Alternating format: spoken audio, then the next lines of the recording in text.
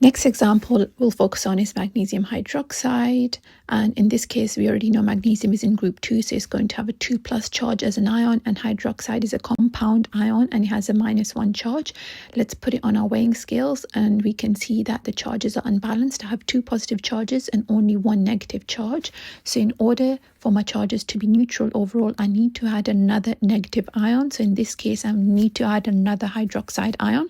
Now my charges cancel out and I can go ahead and write my formula of my compound.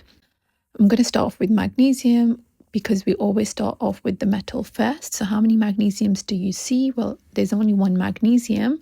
What about hydroxides? Well, there are 2 hydroxide ions, so I could write it like this. However, if you write your answer like this will be wrong because this shows that there's only 1 magnesium, 1 oxygen and 2 hydrogens, whereas in reality there are 2 oxygens, so this would be incorrect. And how do we fix this? Well, you need to just put brackets around your hydroxide, so it's 2 lots of everything in the brackets, and this will be your formula of your magnesium hydroxide. So it's Mg brackets OH2.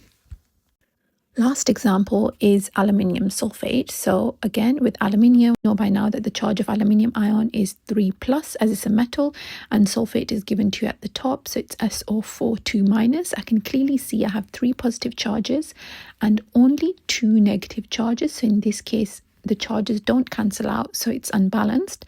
So I'm going to add another negative charged ion. In this case it's a sulfate, so I'm going to add another sulfate ion, which now brings my negative charges to 4 negative and my positive charges to 3 positive. It's still unbalanced, so maybe I need to add another aluminium ion in this case. And if I add another aluminium ion, which will now bring my positive charges to 6+, negative is still staying to 4-.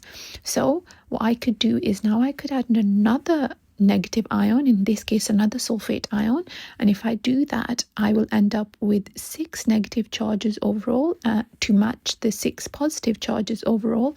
Now my charges cancel out and I can go ahead and write my formula as so. We're going to start off with the metal. There are 2 aluminium ions, so the formula is going to start off with Al2, and there are 3 sulfate ions, and it's going to end up with 3 lots of SO4.